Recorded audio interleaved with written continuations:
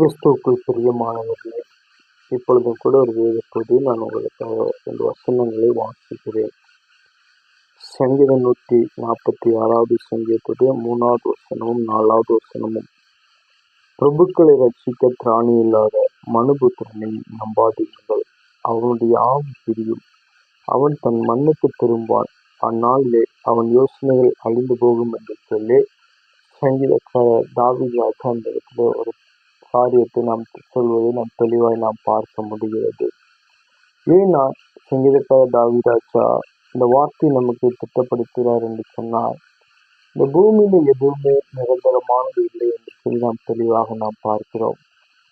நாம் வாழுகிற இந்த தேசம், நம்முடைய ராஜாக்கள், நம்மை ஆளுகிற ஒரு மந்திரிமார்கள், இல்லை நம்முடைய குடும்ப உறவுகள், இப்படி எந்த காரியங்களுமே இந்த பூமியில நிலையில்லாத ஒரு அனுபவத்தை நாம் பார்த்து கொண்டிருக்கிறோம்.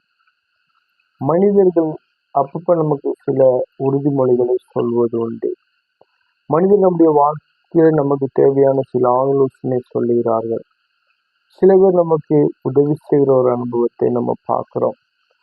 அப்ப இந்த திராணி இருப்பவர்கள் உதவி செய்கிறார்கள். ஆனால் இந்த இவர்களால் எப்பொழுதும் உதவி செய்ய முடியுமா என்று சொல்லி கூட நம்மளால என்ன செய்ய முடியாது, நம்மளால சொல்லவே முடியாது. ஏன்னா எல்லாம் ஒரு நாள் என்ன செய்யப்படும், அது மாறி போய்விடும் என்று சொல்லி நாம் வேதத்தின் மூலமா தெளிவாய் நாம் பார்க்க முடிகிறது.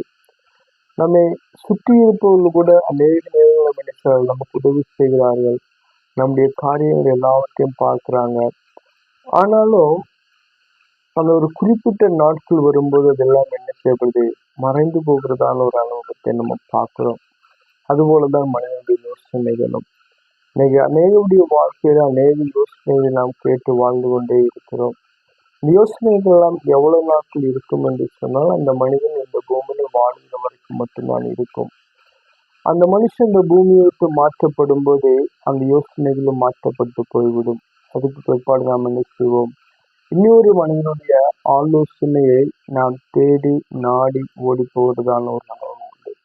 அது இந்த வேத வசனங்கள் சொல்லியது, அவனுடைய ஆவி பிரியும். அவன் தன் மண்ணுக்கு திரும்பும் பொழுது அவனுடைய யோசனைகள் எல்லாம் அழிந்து போகும் என்று சொல்லி சங்கீதக்காரன் செய்கிறாரு. அவர் தன் அனுபவத்தின் முகாந்திரமாக நமக்கு கற்றுக் கொடுப்பதை நாம் பார்க்க முடிகிறது. அப்ப நம்முடைய வாழ்க்கையில் மனிதனை நான் நம்ப வேண்டுமா என்று சொன்னால் நிச்சயமா நான் நம்பவே கூடாது. காரணம் என்ன, இந்த மனிதர்கள் நம்மை தேவைக்காக உபயோகப்படுத்துகிறவர்கள். அவர்களுக்கு ஒரு தேவை இருக்கும் என்று சொன்னால், அந்த நம்மால் அவர்களுக்கு ஒரு காரியம் நடக்கும் என்று சொன்னால், அந்த காரியங்களுக்காக அவர்கள் நம்மை உபயோகப்படுத்துவார்களே தவிர மற்ற எந்த விதமான நன்மைகளும் அவர்களால் நான் பெற்றுக்கொள்ள போறதே கிடையாது. அப்ப நான் மனிதனை நம்பாதபடிக்கு எனக்கு அனுதினமும் நித்தியமான ஆலோசனை கொடுக்கிற கிறிஸ்துவை நாம் நம்ப ஆரம்பிப்போம். அவர்தான் நம்மை ரட்சிக்கிற தேவன், அவர்தான் நம்மை நடத்துகிற தேவன், அவர்தான் நம்மை பாதுகாக்கிற தேவன், அவர் எந்த இடத்துல நம்மை வெட்கப்படுத்தாத தேவன். நம்முடைய சூழ்நிலைகளை அவர் என்ன செய்கிறார், அவர் மேற்கொள்ள வைக்கிற தேவனாக இருக்கிறார் என்று சொல்லி நம்ம பார்க்கிறோம். அப்ப நான் யாரை நான் நம்புகிறேன், கர்த்தரை நான் நம்புகிறேன். அவரே எனக்கு தஞ்சமானவர், அவரே எனக்கு கேடகமானவர்.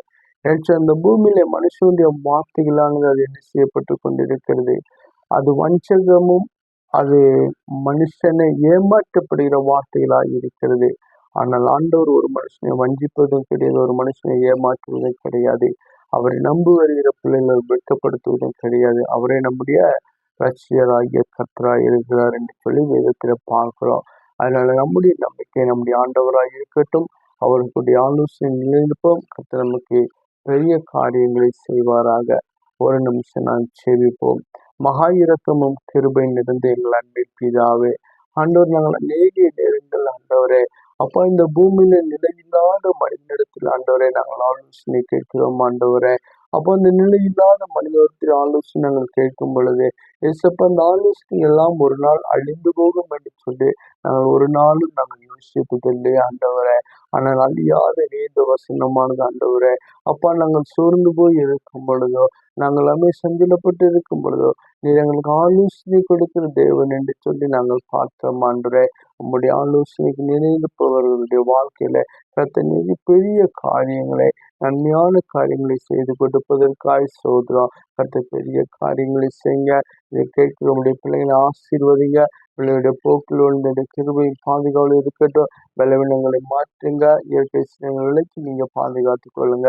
விசேஷமாக படிக்கிற பிள்ளைகளுக்கு ஞானத்தை தெளிவு உற்சாகத்தையும் கொடுத்து ஆண்டுடைய கரங்களினால் அவர் நடத்தும்படியாக செய்கிறோம். உன்னத தேவனோடு உறவை இன்னும் பலப்படுத்த என் ஆண்டு உதவி செய்யும்படியாக செய்கிறோம். இயேசுவின் மூலம் ஜெபம் நல்ல பிதாவே. ஆமென், ஆமென்.